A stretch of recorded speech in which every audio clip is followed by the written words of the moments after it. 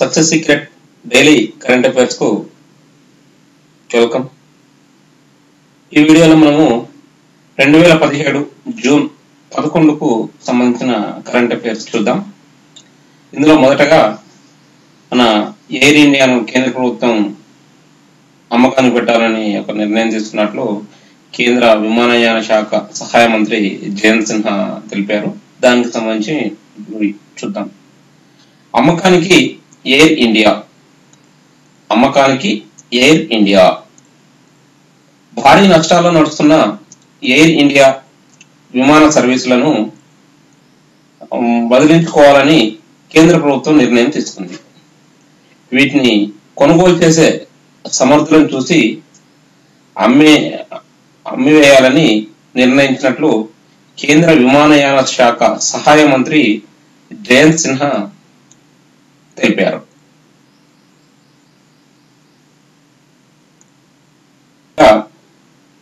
వైద్య రంగంలో సంస్కరణలు, వైద్య రంగంలో సంస్కరణలు తీసుకురావడం కోసం ఒక కార్యాచరణను చేపట్టింది. దాని పేరు సాత్. ఈ అంశం చూద్దాం ఇప్పుడు. వైద్య రంగం ప్రక్షాళనకు సాత్. రాష్ట్రాలతో కలిసి మానవ వనరుల అభివృద్ధికి నీతి ఆయోగ్ సాత్ పేరుతో స్థిరమైన కార్యాచరణను చేపట్టింది. ఈ సాత్ అంటే చూడండి, ఇక్కడ sustainable action for transforming human capital. సాత్ ఫుల్ ఫామ్ ఇదండి, sustainable action for transforming human capital. ఈ సాత్ పేరుతో చేపట్టిన కార్యక్రమం ద్వారా విద్య, వైద్య రంగాల్లో సమూల సంస్కరణలు తీసుకురావాలని ఈ యొక్క సాత్ లక్ష్యంగా నిర్ణయించుకోవడం జరిగింది.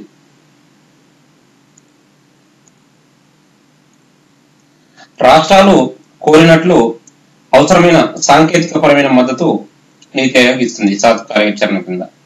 అదేవిధంగా వైద్య రంగంలో 3 మార్గదర్శక రాష్ట్రాలను, అంటే 3 రోల్ మోడల్ స్టేట్లను తీర్చిదిద్దడమే ఈ సాత్ యొక్క ప్రధాన లక్ష్యం.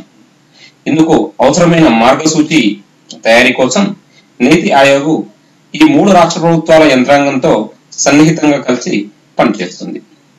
వైద్య రంగం సమర్థంగా పనిచేసేందుకు అనువైన పాలన, పర్యవేక్షక వ్యవస్థలను రూపకల్పన చేస్తుంది.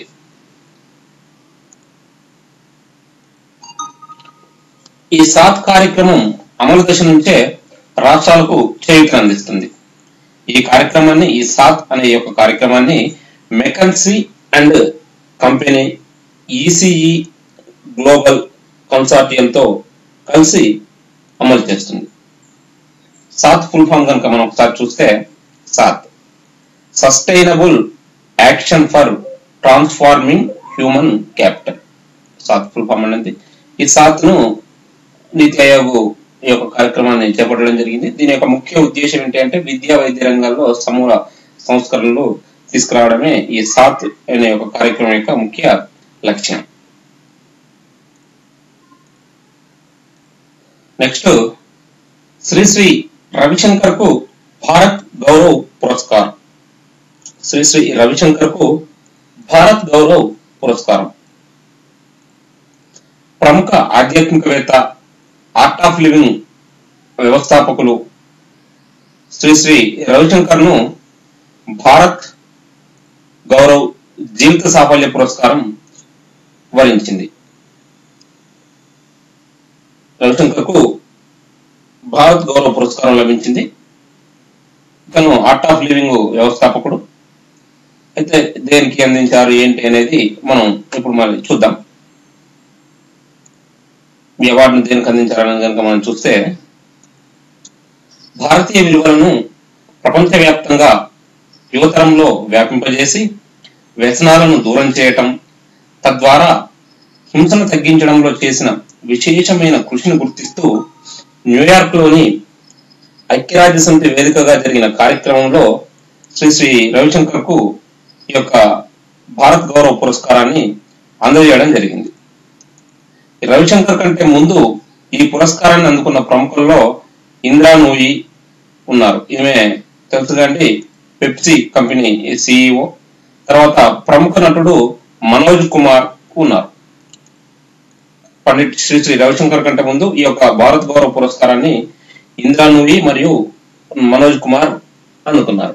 ఈ రవిశంకర్ కు ఎందుకు అందజేయడం జరిగిందంటే ఈ యొక్క భారత్ గౌరవ పురస్కారాన్ని భారతీయ విలువలను ప్రపంచవ్యాప్తంగా యువతరంలో వ్యాప్తి చేయడం, అదేవిధంగా యూత్ ను వ్యసనాలకు దూరం చేయడం, తద్వారా హింసను తగ్గించడంలో చేసిన కృషికి గుర్తింపుగా పండిట్ రవిశంకర్ కు ఈ యొక్క భారత్ గౌరవ పురస్కారం లభించడం జరిగింది. ఈ ఏడాది అవార్డుకు ఎంపికైన 26 మందిలో సినీ దర్శకుడు మధుర్ భండార్కర్, తర్వాత సులభ్ కాంప్లెక్స్ వ్యవస్థాపకులు Bindeshwar Pathak, TV Asia channel అధిపతి హెచ్ఆర్ షా, దివంగత అంతరిక్ష యాత్రికురాలు కల్పన చావ్లా ఉన్నారు. జైపూర్ కేంద్రంగా పనిచేస్తున్న సంస్కృతి యువ సంస్థ ఈ యొక్క భారత్ గౌరవ పురస్కారాన్ని నెలకొల్పడం జరిగింది. వివిధ రంగాల్లో విశేషమైన కృషి చేస్తూ భారతీయ కీర్తి ప్రతిష్టను ఇన్మడింపజేసిన వారికి ఈ భారత్ గౌరవ పురస్కారాన్ని అందజేస్తారు. దీని గురించి మీకు కంక్లూజన్ అర్థమైంది కదండి. ఈ సంవత్సరం భారత్ గౌరవ పురస్కారం పండిట్ రవిశంకర్ కు లభించింది. ఇతను పండిట్ శ్రీ శ్రీ రవిశంకర్ తెలుసు కదండి, ఆర్ట్ ఆఫ్ లివింగ్ వ్యవస్థాపకులు.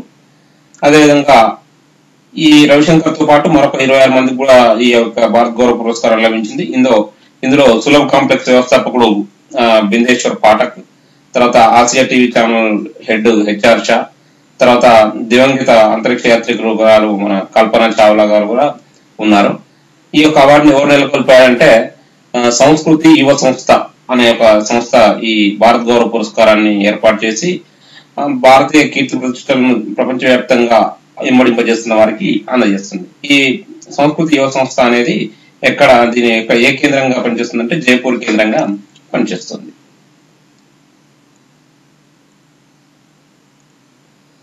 తర్వాత అంశానికి వస్తే కేంద్ర మాజీ మంత్రి జయరాం రమేష్ ఒక పుస్తకాన్ని రచించడం జరిగింది ఇందిరాగాంధీ మీద. ఆ యొక్క పుస్తకం వివరాలు చూద్దాం. ఇప్పుడు ఇందిరాగాంధీ ఏ లైఫ్ ఇన్ నేచర్ పుస్తక ఆవిష్కరణ. ఇందిరాగాంధీ ఏ లైఫ్ ఇన్ నేచర్ కేంద్ర మాజీ మంత్రి జయరాం రమేష్ రచించిన ఇందిరాగాంధీ ఏ లైఫ్ ఇన్ నేచర్ పేరుతో రచించిన పుస్తకాన్ని 2017 జూన్ 10న కాంగ్రెస్ అధ్యక్షురాలు సోనియా గాంధీ ఆవిష్కరించి తొలి ప్రతిని స్వీకరించారు. జయరాం రమేష్ ఇటీవల రాసిన పుస్తకం పేరు ఇందిరాగాంధీ ఏ లైఫ్ ఇన్ నేచర్. ఈ పుస్తకాన్ని కాంగ్రెస్ అధ్యక్షురాలు సోనియా గాంధీ ఆవిష్కరించారు.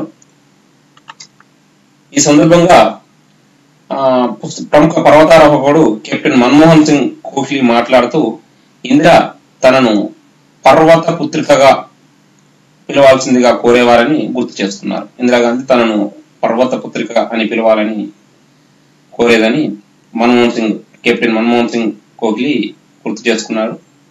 ప్రకృతికి ఇందిరాగాంధీకి ఉన్న అవినాభావ సంబంధం గురించి బయటకు తెలియని విషయాలను తెలియజెప్పడమే తన యొక్క ఈ రచన ఉద్దేశమని జయరాం రమేష్ తెలిపారు.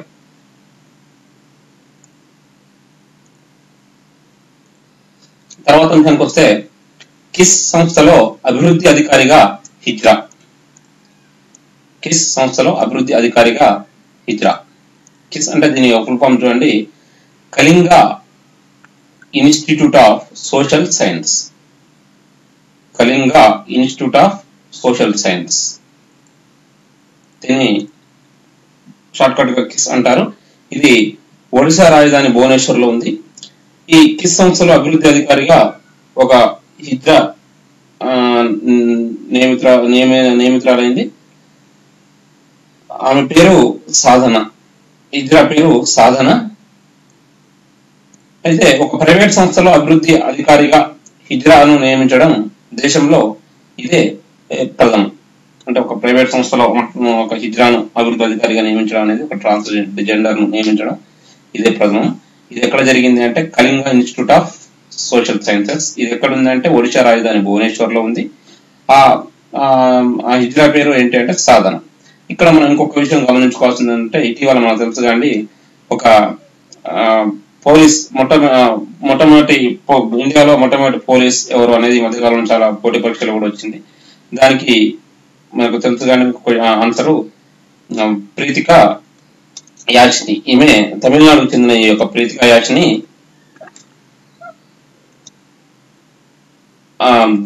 ఇటీవల సబ్ ఇన్స్పెక్టర్ గా నియమితురాలైంది. దీంతో దేశంలో మొట్టమొదటి పోలీస్ ట్రాన్స్జెండర్ పోలీస్ గా ప్రీతికా యాచిని నిలిచింది. ఈమె తమిళనాడుకు చెందిన వ్యక్తి.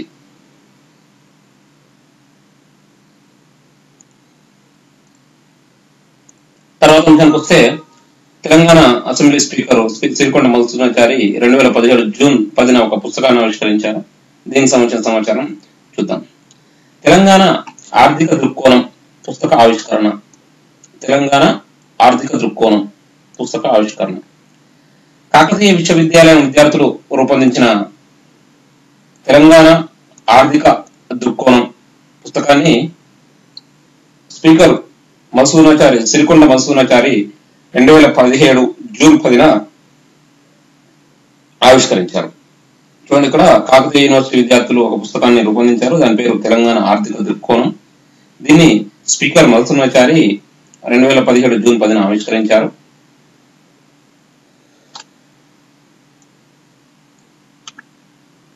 ఆర్థిక శాస్త్ర విశ్రాంత ఆచార్యుడు సభాపతి ప్రత్యేక అధికారి అయిన గడ్డం భాస్కర్ కు ఈ యొక్క పుస్తకాన్ని కేయూ యూనివర్సిటీ విద్యార్థులు అంకితం ఇచ్చారు. ఇందులో 23 పరిశోధన పత్రాలను పొందుపరచడం జరిగింది. ఈ 23 పరిశోధన పత్రాలను పొందుపరిచి యొక్క తెలంగాణ ఆర్థిక దృక్కోణం అనే ఒక పుస్తకాన్ని కేయూ స్టూడెంట్స్ రూపొందించడం జరిగింది. దీన్ని స్పీకర్ సిరికొండ మధుసూదనాచారి ఆవిష్కరించారు. ఈ పుస్తకాన్ని విద్యార్థులు రిటైర్డ్ ప్రొఫెసర్ అయిన రిటైర్డ్ ప్రొఫెసర్ అయిన ప్రొఫెసర్ మరియు స్పీకర్ యొక్క ప్రత్యేక అధికారి స్పెషల్ ఆఫీసర్ అయిన గడ్డం భాస్కర్ కు అంకితం ఇచ్చారు. ఈ పుస్తకంలో 23 పరిశోధన పత్రాలను పొందుపరిచారు. ఇక్కడ చూస్తున్నారు కానీ ఇక్కడ స్పీకర్ మధుసూదనాచారి యొక్క పుస్తకాన్ని ఆవిష్కరిస్తున్నారు. ఇక్కడ కనిపిస్తున్నారు స్పీకర్ మధుసూదనాచారి పుస్తకాన్ని ఆవిష్కరిస్తున్నారు. పక్కన మన గుండు సుధారాణి గారు కూడా ఉన్నారు. తెలంగాణ ఆర్థిక దృక్కోణం అనే పుస్తకాన్ని ఆవిష్కరించడం జరిగింది. తర్వాత అంశానికి వచ్చేస్తే French open women's singles title గెలుచుకున్న అంశాన్ని ఇక్కడ చూద్దాం. ఫ్రెంచ్ ఓపెన్ మహిళల సింగిల్స్ టైటిల్ విజేత జెలెనా ఓస్టాపెంకో.